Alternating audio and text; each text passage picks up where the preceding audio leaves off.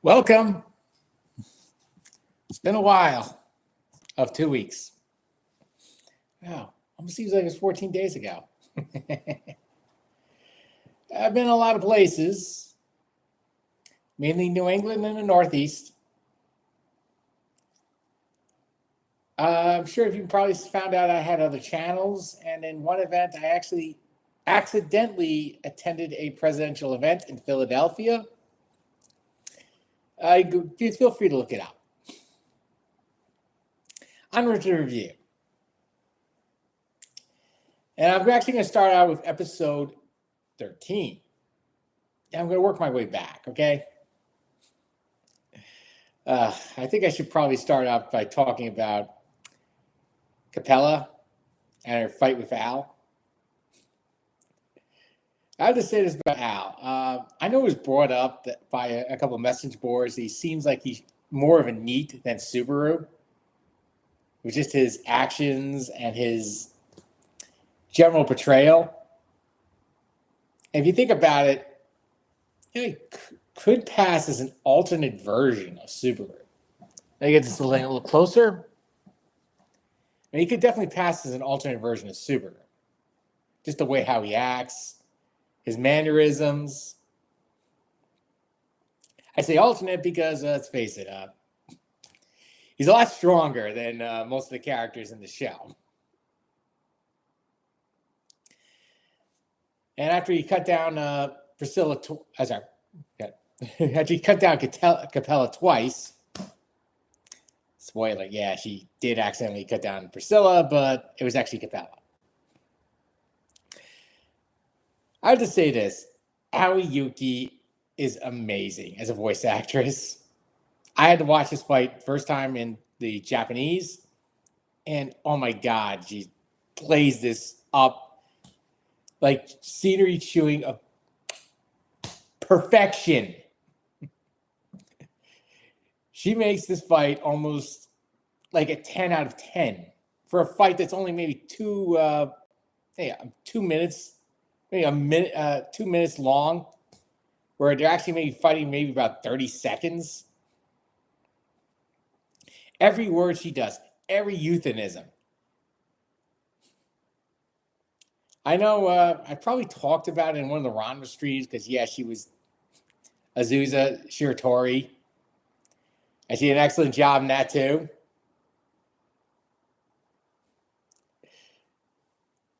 Now, of course, in the English version, which I just watched, yeah, let's put it this way. Yeah, they really made the voice very annoying. I'll put it this way. If she is the Sin Archbishop of Lust, the only lust I have is to literally go into the street and punch her face. She's utterly annoying. I don't want to disparage the voice actress. She literally is doing her job. And of course, that fight really, it really showed exactly what it is. It's basically going to be probably more the same for at least one more episode. Because the next episode looks like we're going to finally deal with Wilhelm's wife.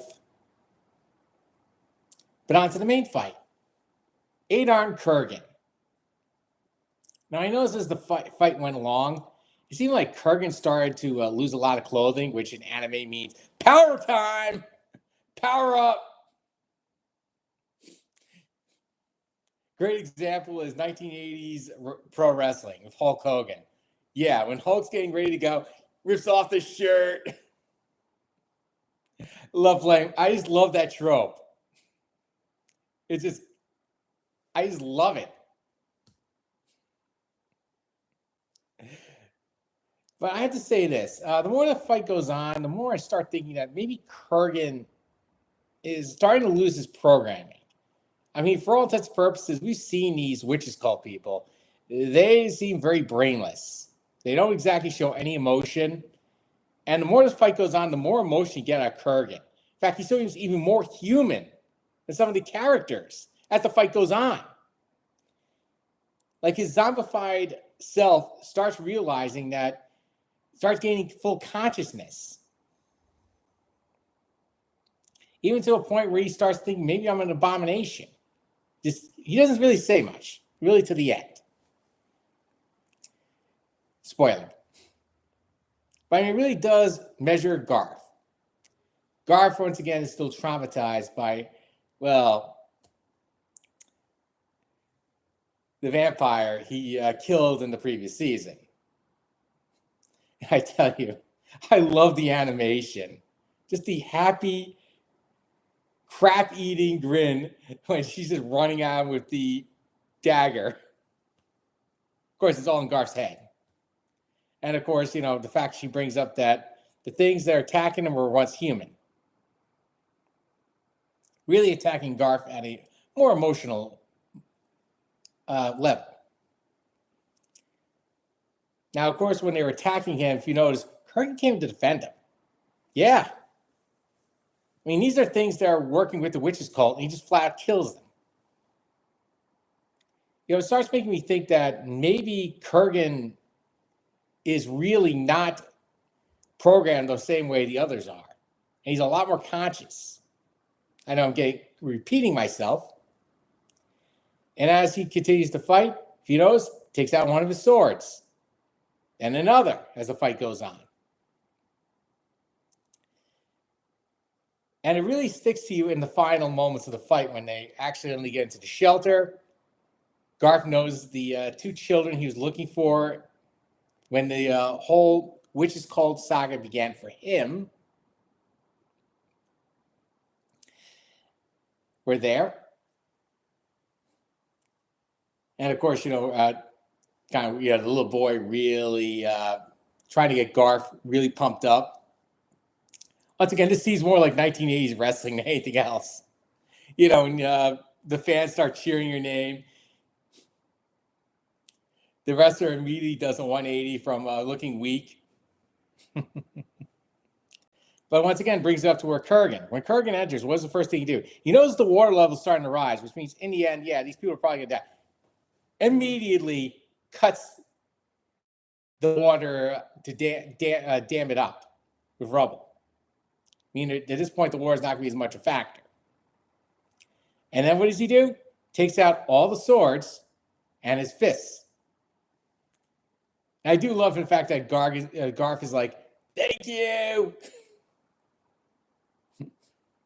Because, you know, if he takes out all the swords, it means you're the most threatening thing he's faced. But the animation in this one is just beautiful. Like, this is cinematic type of drawing. And the people at White Fox really exemplified it. Because you know, in White Fox, when they start losing color in scenes, you know it's going to be intense. And this was intense. The whole 3 minutes of it. But yeah, very intense. And even when Garf finally gets knocked down, and you start noticing that Kurgan's face has been ripped up, and his sword one of his swords falls apart. He puts the rest into the ground. And of course, he immediately says, "You did a good job," before turning into dust. And I'm starting to think that maybe he just said that as a way to simply say, I finally found an opponent who is on the same level as me. And I'm happy to get that before I finally go to Ash, where I should be. As I said, I really think he kind of thought that maybe at one point he was a bit of an abomination because you're a zombie. Of course, leads us once again to the next scene, which we find out the zombie Wilhelm's wife, the previous Master Swordsman, which will lead me down to the previous episode as we go backwards. Interesting enough, this is the first time in the second half the opening theme does not show up, which is the majority of season 1 and season 2 of the series. Yeah, the opening themes never really play for most of the episodes, which always angered me because I always thought Realize is one of the best anime opens I've ever seen. Interesting enough, the second one I thought is almost on par for season 2. White Fox always loves to do this with us. When you finally get a theme that we actually like, an opening, they don't play it. And of course, we see Emilia immediately tending to the wives of Regulus Corneus, our little king. We now found out that he figured a way how to make his heart kind of stop in his body. Or shall I say, put it into one of his wives. And apparently he can make this heart jump from body to body. This is what I get from it. And yeah, I had to look up the comics just to see this is what was going on. And even there, I got mixed messages. And as I said, Emilia immediately puts her head to the chest of one of them and realizes that the heart's there. And that the heart could probably jump by, because that's probably the reason why. Because, once they realize that that Regulus is nothing more than a parasite to them, their first instinct is to basically cut their own throats and end the suffering. They all hate him, by the way. So Emilia comes out the next best thing. She decides to put them all in stasis. In essence, basically killing them by putting them into, ice. And of course, we go back to the other fight with Subaru and Regulus, and yeah, it's going as well as you'd think it would for Subaru. Just constantly being thrown, bullied, beaten, bleeding. And of course, what happens is Emilia immediately joins them. And once again, I always find it, I think I got to bring up the similarities between Al and Subaru, because while they're fighting, they both go, well, that is a lie. And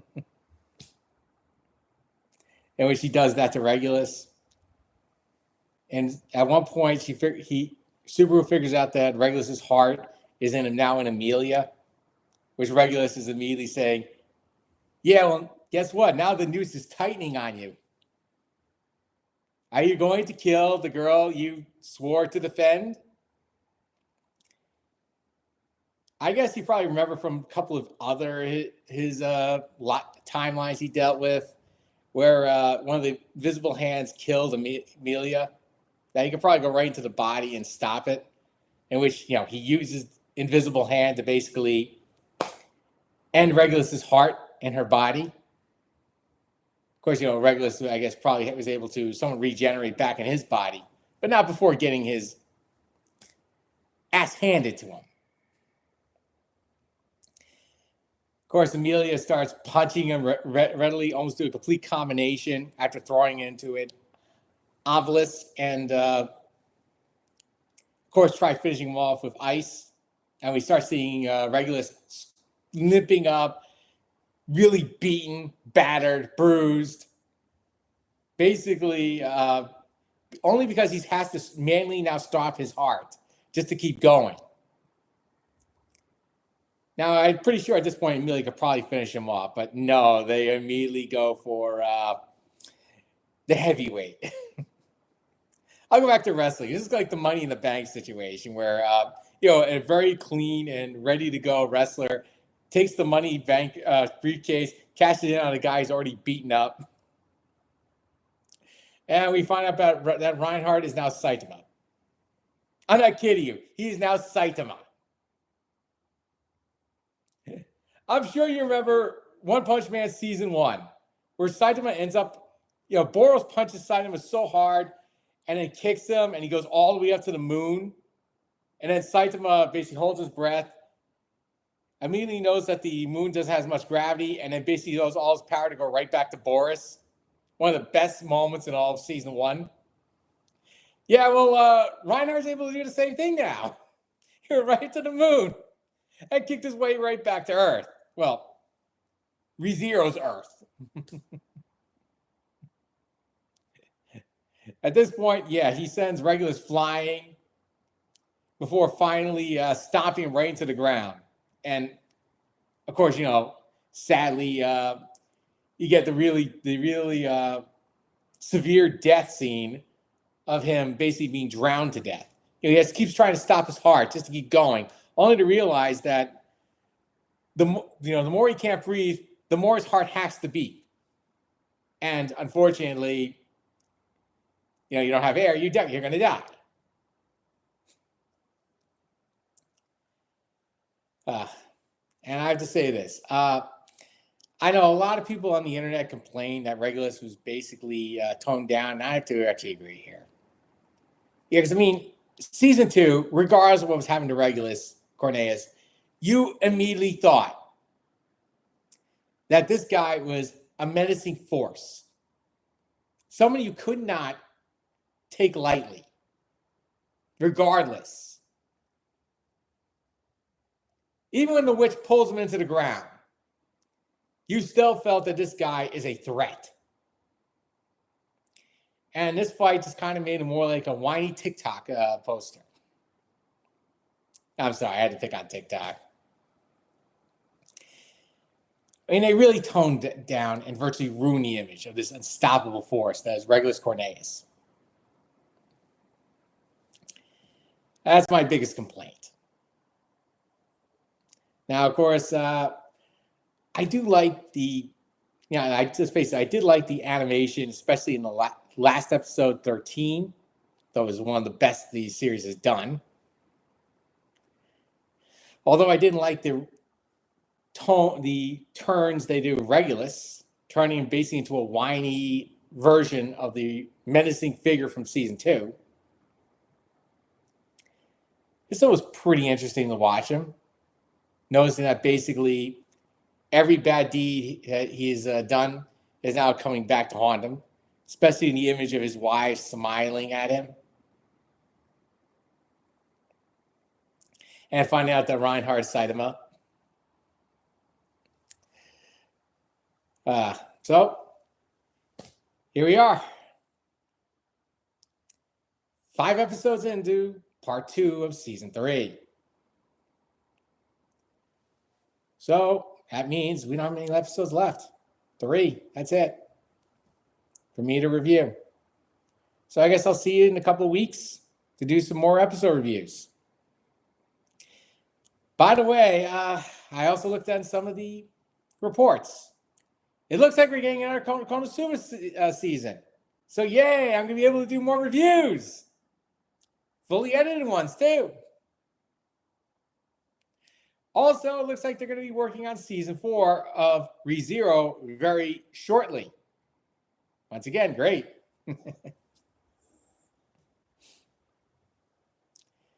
So, I mean, we're getting quite a bit of great news so far in the anime community, aren't we? More ReZero, more Konosuba.